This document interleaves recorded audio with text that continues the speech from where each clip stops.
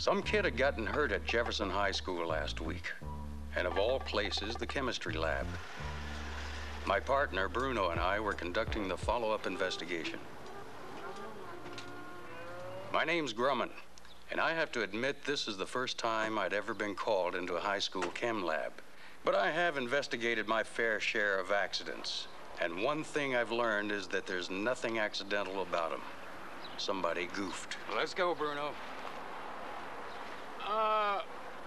Lieutenant, can I talk to you for a second? Hey, not now, Bruno. I'm busy. Okay, you're the boss. The office sent us up to see Mr. Petrie, the chemistry teacher.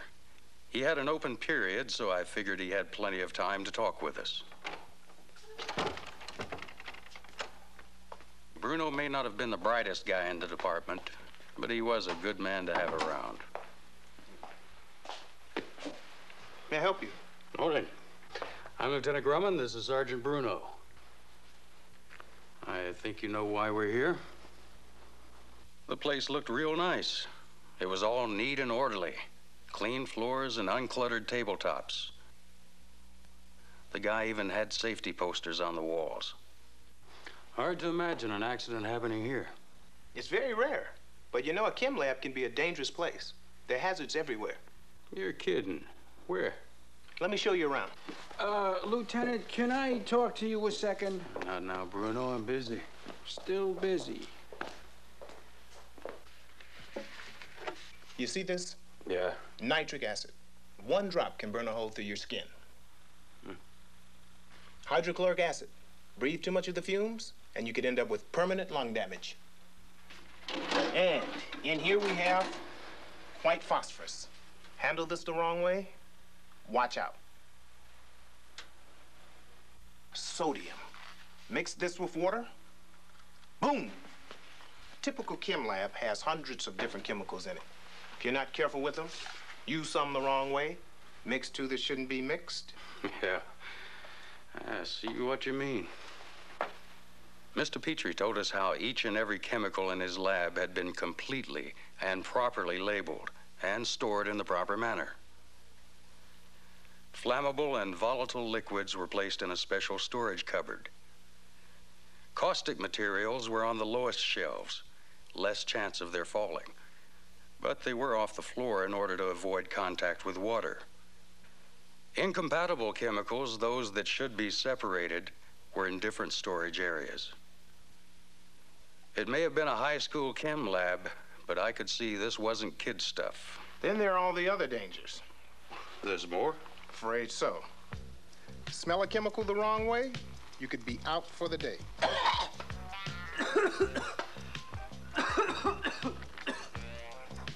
Drink out of a beaker, I don't care how clean it looks. You never know what could happen. Oh. Squeeze bottles. Squeeze them too hard, somebody might not like it. Sorry. Light a gas burner the wrong way, and it could be lights out.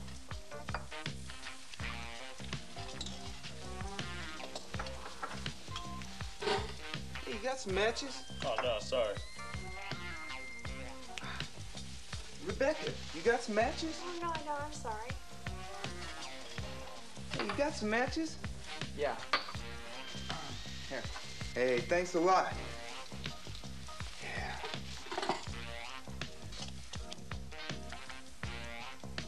Then there are spills. And slips. And falls.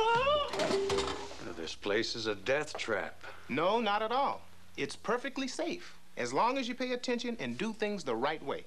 It's like I always tell my students, be alert and proceed with caution. Makes sense. While it's extremely unlikely, accidents can happen and people can get hurt. And they must take the proper precautions to see that they don't. Like what? Like coming to class prepared for lab work. That means tying back long hair so it doesn't get in the way. Rolling up long shirt sleeves for the same reason. Removing loose and dangling jewelry. Shoes are important. Students should never wear sandals or other open-toed shoes. Using a lab apron is always a good idea. It not only protects clothing, but the skin as well. Splash-proof goggles are an absolute must, especially during experiments involving caustic or corrosive chemicals. Here's a little demonstration I show my students. This balloon contains acetone, red dye, and hydrogen. The heads are styrofoam. One has a pair of safety goggles, the other does not. I'm going to simulate a small explosion, one you might encounter in a lab.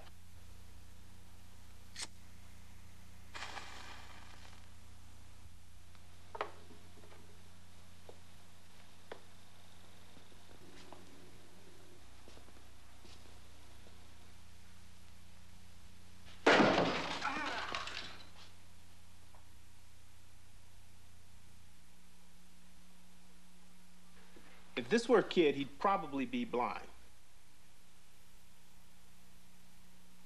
This one, maybe some minor facial burns, but nothing compared to losing your sight.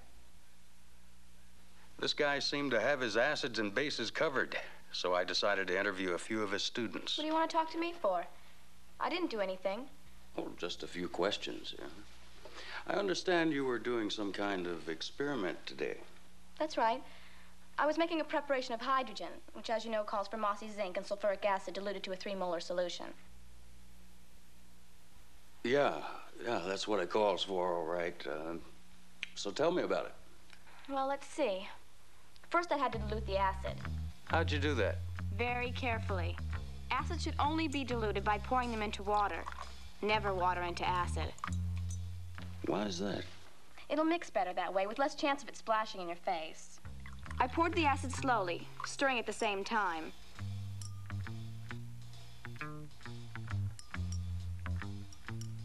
Then I rinsed the stirring rod in water and placed it on the bench. You're not going to believe this, but once I saw a guy put a stirring rod in his mouth. A good rule in the lab is to put nothing in your mouth. You should never touch the chemicals with your hands either. How do you know you were diluting sulfuric acid and not something else?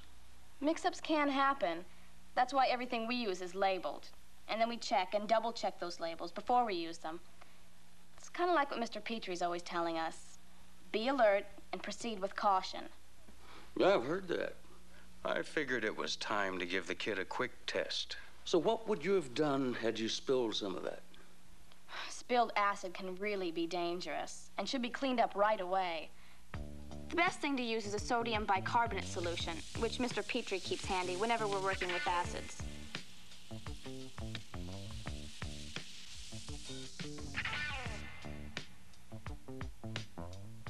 What if you spilled a base? Use the same stuff? Heck no. If you spill a base, you should clean it up with a vinegar solution. That's an acid. You see how it works? If you spill an acid, you clean it up with a base. If you spill a base, you clean it up with an acid. Okay. Now, I know you were careful and all, but let's just supposing that you had spilled some of that acid on your skin. What then? Acids and alkalis will burn your skin. You gotta get it off fast, using plenty of running water. And if you should ever get some in your eyes, you should rinse them for 15 straight minutes. I could see this kid wasn't going to fall for any cheap tricks. Anything else? No, that's about it. The experiment went okay, and then I cleaned up, making sure to dump all the chemicals in the right containers. Never down the sink, unless Mr. Petrie tells us it's okay.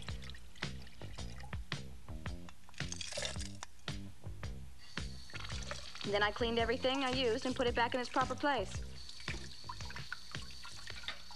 Okay, kid, you can go. That's it? I'm off the hook? Yeah, you're clean. Great. It was time to move on to somebody else. Lieutenant, can I talk to you for a second? Not now, Bruno. I'm busy. I understand you were working with a gas burner today. That's right. Pretty dangerous, isn't it? Well, it can be if you don't know what you're doing, but Mr. Petrie gave us complete instructions. Go on. Well, the first thing I did was to make sure that the burner hose was properly connected to the gas jet and not the compressed air outlet. Then I lit the match first and then turned the burner on. You gotta remember to light the match first, otherwise gas could build up in the air. Then I made sure to throw the match into the right container and not the wastebasket. What would you do if there were some volatile materials around, like alcohol or ether? Well, I make sure there's none of that around before I light the burner. Okay. So what happened next? Well, let's see. I had to bend some glass tubing for an experiment I was doing. First, I cut the tubing to the right length. I did this by making a deep scratch in the glass with a file. Then I covered it with a towel and bent it away from me using my thumbs. I fire polished the rough ends.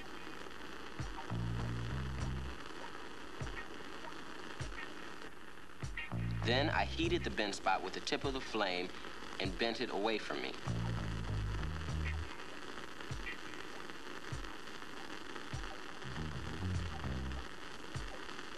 Then I set it down to cool. How do you know when it's cool? Well, you can't tell by looking at it. A good way to tell is to bring the back of the hand down just above it. What'd you do with the tubing? I was setting up an experiment, and I needed to run it into a rubber stopper. Sounds like that could get tricky. Yeah, it can be. What you have to do is lubricate it first. Glycerin is best. Then you use a towel to protect your hand and insert the tube slowly using a rotating motion. You gotta be real careful. The stuff breaks easy. Then what? I had to heat some chemicals in a test tube. As always, I made sure the open end of the tube was pointed away from me. Why is that? For safety. When chemicals are heated, they can boil over very quickly and shoot out, especially when they're in a test tube. So what you gotta do is keep the open end of the tube pointed away from you and anyone else. And you should move the flame along the length of the test tube, not just at the bottom. The kid was sharp. I thought I'd find out just how sharp. Let's just say, for the sake of example, that you did something wrong and you wound up with a fire on your hands, an alcohol fire. What would you do, throw water on it? No way. Water would only make that kind of fire spread. Well, what would you do then? Come on, quick, you got a fire on your hands. First, I tell everyone to move away. Then I grab the fire extinguisher. You know how to use it? Sure do. Mr. Petrie showed us how.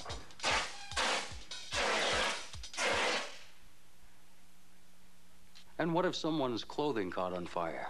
Would you use the fire extinguisher? Oh, no. A fire extinguisher should never be used on a person. Then what would you do? I'd smother it using the fire blanket.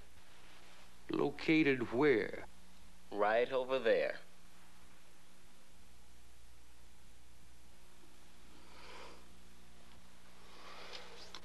Okay, kid, you can go.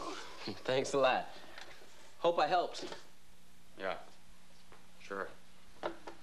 It was one dead end after another. The first case I couldn't figure. There was no evidence of carelessness or neglect or improper supervision. The accident just should not have happened. Okay, I give up. I just can't figure it. You and your students are doing everything right. What are we doing right? Everything. Your lab is clean and well organized. Your chemicals are properly labeled and stored. Your students know how to dress for lab work. They wear safety goggles and aprons. They know how to handle chemicals, how to use a gas burner, how to work with glass. They know what to do in emergency situations. I don't get it. How could there have been an accident here? Accident? What accident? The lab accident here at Jefferson High. This isn't Jefferson High. What'd you say? I said this isn't Jefferson High.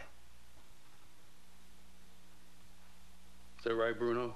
This isn't Jefferson High? It sure isn't, Lieutenant.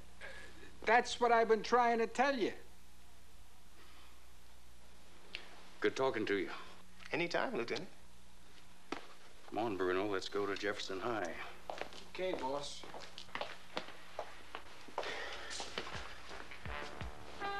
Nice lab you got here. Thanks.